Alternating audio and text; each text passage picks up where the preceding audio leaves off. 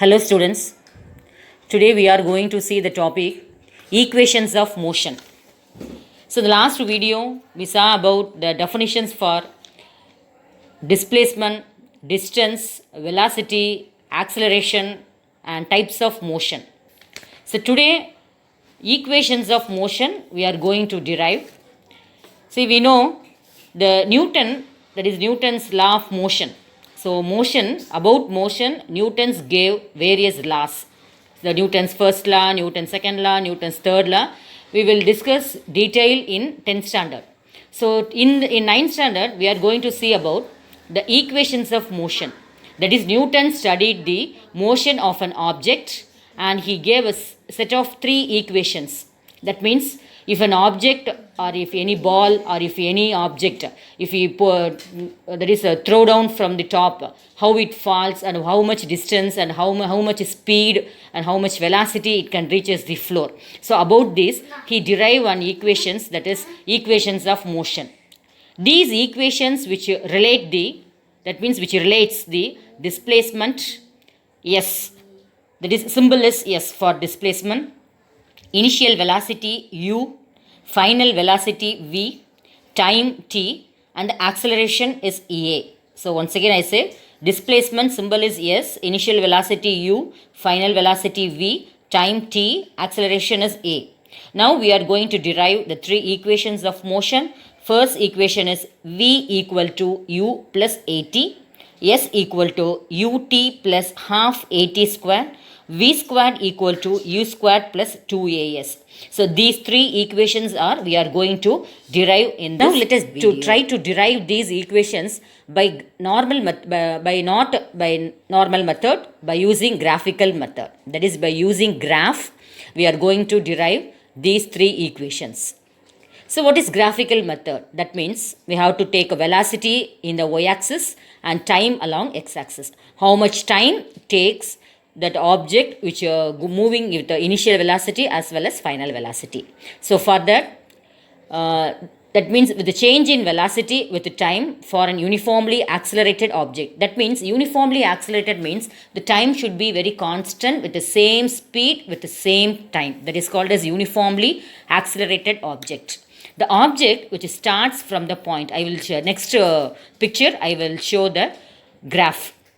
So in the graph, the object which starts from the point D in the graph with the velocity u. That means u is the initial velocity. That means the object which starts from the point D and it reaches the point B on the graph. Now you will see the graph, you will easily understand. That means the object which starts from the point D and it reaches with B, which reaches the point, that means which reaches some distance, it takes some time to reach the point B. That time its initial velocity is considered. Now if you see the graph, the velocity, that is u and v, which is taken along the y-axis, and OE, that is which is expressed as the time in the x-axis, and the object, that is from the starting point is D and it reaches horizontally, that is in a diagonally, which reaches the point B.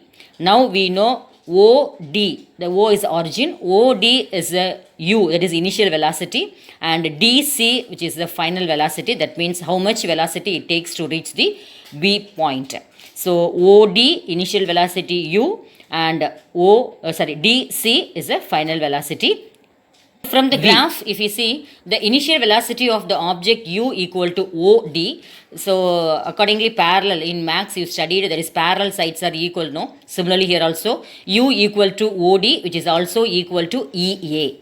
And the final velocity of the object V, final velocity symbol is V. So it is OC, which is also equal to, from the right side we are comparing these sides, which is equal to EB. Now we are getting OD is equal to EA as well as OC is equal to EB. These are from the graph. Now the time t, which is equal to OE, that is time from starting to O to E, fully we consider as time t, which is also equal to OE, and the same parallel line which is also equal to DA, that is D A is a parallel line to OE. So both are represents the time. From the graph we know that AB is equal to DC. So from this point AB equal to DC, we are going to derive the first equations of motion. Now we are going to derive the first equations of motion. So from the graph we know initial velocity OD is equal to EA, OC equal to EB, time OE equal to dA. From these, using 3 points, we are going to derive the first equation of motion. By definition, we know the acceleration definition. What is acceleration? The change in velocity by time taken. This is the definition for acceleration. So change in velocity. What is change in velocity? That is final velocity V minus initial velocity U divided by time. This formula which represents the acceleration. So we know final velocity value is OC minus OD. Initial velocity is OE. OC is the final velocity. Initial velocity symbol is OD. So OC minus OD divided by time formula is OE. So if you divide these two, now we get OC minus OD is nothing but, by seeing the graph, it shows only DC. So DC by OE. That now we get A equal to DC by OE is nothing but T. When we cross multiply, DC is equal to AB. So therefore A into T. So from the graph EB, we know EA plus AB is a fully called as V. So now V equal to U plus AT. So this is the first equations of motion. So once again I explain the first equation. Acceleration that is formula as change in velocity by time taken. So change in velocity means final velocity minus initial velocity. So OC minus OD by OE, which OC represents final and OD represents initial. So OC minus OD is nothing but DC. So DC by OE, which is equal to A. A is nothing but acceleration. Now A equal to DC divided by T. T is nothing but OE. So instead of OE, we are using the symbol T. Now DC, that is DC is nothing but what? AB. Because sides, parallel sides. DC from the graph, DC, the side parallel line is AB. So instead of DC, we have to use AB. So therefore, from the graph EB, from the graph EB means totally, fully, EB means EA plus AB. That is right side equal. EA plus AB, which gives EB. Therefore, EB means what? That is V. What is EA? It is U. What is AB? Is equal to AT. So when we are adding these three, V equal to U plus AT. So this is the first equation. Now I am going to explain motion. About the second equations of motion. So from the graph, the distance covered by the object during time t is given by the area of the quadrangle DOEB. So this DOEB, we have to take the quadrangle. Quadrangle means nothing but rectangle plus triangle. Nothing but quadrangle means what? Because when we see the graph ODEB, so first you have to see the graph, then only you will understand. So ODEB, from the quadrangle, there are two pictures are there. One is ODAE is a rectangle and one more triangle is there. That is DAB. DAB is a triangle and DOEA is a rectangle. So now area of the quadrangle is equal to area of the rectangle plus area of the triangle. So rectangle, that is from the graph DOEA plus triangle DAB. So rectangle formula we know. Area of the rectangle formula, length into breadth. So what is length? AE. What is breadth? OE. So AE into OE is nothing but what? Is the area of the rectangle. And area of a triangle formula, half into base into height. So half base, what is base? That is AB. And what is height? That is DA. So DA is the height and half is the, that is AB is the base. So when we are multiplying these fully, so S equal to AE plus OE is nothing but U into T. What is AE? In top first equations we know what is AE, it is U. What is OE? It is nothing but time. So UT plus half into what is AB? AB is nothing but AT. So what is DA? DA also equal to T. So when we are seeing each and every letter, there will be answer for the previous pictures. So when combining these two, that is rectangle symbols AE into OE, area of a triangle, half into AB into DA. Instead of each and every AE, OE, if you are substituting U, T, A, etc., we will getting the equation S equal to UT plus half into AT square. So once again explain only the last equation. What is AE? Initial velocity. What is OE? It is nothing but time. So multiplying these two, we get U into T plus, now comes to triangle, half, okay, 1 by 2. What is AB? This is nothing but in the first equation itself we derive AB equal to AT. So instead of AB, we are writing A into T. Then what is DA? DA is also nothing but OE is also equal to time. So instead of DA, we are using one more T. So therefore 2 T are there. That's why it is T square. So S equal to UT plus half AT square. This is the second equation. Now we are going to see the third equation of motion. This is also very equal. A simple one. We see the distance covered by the object during time. So the distance, this after time is going on, the distance which is covered by the object is vary.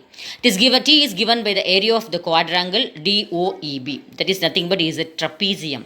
What is trapezium? That is half into sum of the length of the parallel side into distance between the parallel side. That is sum of the length, that is L1 plus L2. Length, two sides are known. So half into sum of the lengths and distance D1 and D2. So if you are substituting here half into length of the parallel side means what? So if you see the picture, OD plus BE. OD plus BE is a side length of the parallel sides, and distance between parallel side is OE. So OE full length is, that is OE is nothing but time. It is a distance between the parallel sides in between. So S is equal to half into what is OD plus BE? OD is nothing but U, BE is plus V, so into T. Now S equal to half into U plus V into T. But in the first equation of motion, we know V equal to U plus AT. From that equation, we are going to derive what is A. A is nothing but V minus U by T. Substitute that. We have to substitute here U plus V. Here instead of that we are going to derive A is equal to V minus U by T, or T is equal to V minus U by A. So substitute this A value in or T value in the equation, that is above equation. So we get S is equal to, after substituting the values of OD plus BE and OE, now we are getting S equal to half into V plus U into V minus U by A. That is, we are substituting A value as well as T value. Now cross multiply 2 on the left hand side, we get 2 into A, 2 and A which will be going to the left hand side, we get 2AS equal to V square, because V plus U into V minus U. In 8th standard you studied, no, what is A squared minus B squared formula, A plus B into A minus B. Similarly here also V squared, instead of V plus U, V minus U, we are writing V squared minus U squared. So therefore 2AS comes this side and V squared comes this side, means we get V squared equal to U squared plus 2AS. So this is the third equation of motion. Now we are going to see about centripetal acceleration. What do you mean by centripetal acceleration?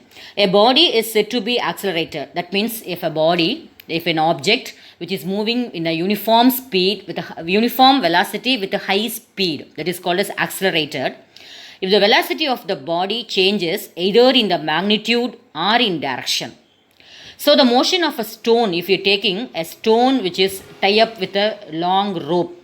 Now we are holding that rope and we have to rotate in above of the head. What will happen? It rotates in the circular path. So the motion of the stone in the circular path with a constant speed and continuous change of direction is an accelerated motion. That means the rotation of a fan, as well as if a small stone which is tied up with a rope and we have to swing up, that means we have to rotate above our head. What will happen? It will rotate with a constant speed in all the full directions. So there will be change in their magnitude as well as direction. So that type of motion we call it as a centripetal acceleration. In this case, there must be an acceleration acting along with a string directed inward, which makes the stone to move in a circular path. This acceleration is known as centripetal acceleration. Now I am going to explain about what is centrifugal force. Centripetal is different from centrifugal. Centrifugal, that is centrifuge, that means what? Rotating with a high speed, and that means in same direction. Which is, for example, the dryer in a washing machine is an example for the application of centrifugal force. So a pulling force that acts away from the center. That means centripetal force means acting inward to the center, and the centrifugal means the force which will acting away from the center of the force is maximum, but due to that force the rotation will take place in the circular path. But due to the circular path rotation, some force, all force will acting in a particular one point, that is called centripetal. Now centrifugal means a pulling force that acts away from the center is experienced. This is called a centrifugal force. The force acting on a body away from the center of a circular path is called a centrifugal force. Centrifugal force acts in a direction which is opposite to the direction of the centripetal. So both the centrifugal and centripetal acts opposite in direction. The magnitude is same. That means direction is different for centripetal and centrifugal, but magnitude, that means the speed is same. Example, the dryer in a washing machine is an example for the application of centrifugal force. And also the merry-go-round in amusement parks is also a best example for centrifugal force. So, dear children, in physics, that is second chapter, motion lesson is fully completed. So in the next class, I will give the, that is book back solutions for all: choose, fill up, match, true or false, assertion and reason, everything. So already in detail, one detail is over in last class, that is explain different types of motion, that is linear, circular, uniform, etc. Everything over last class. Today that is derive the equations of motion by graphical method is another one important detail. So only two detail in this lesson. The two detail is over in this video. Short answer is also over. In next class I will show the evaluation part for choose, fill up, true or false, assertion, match, etc. Thank you children.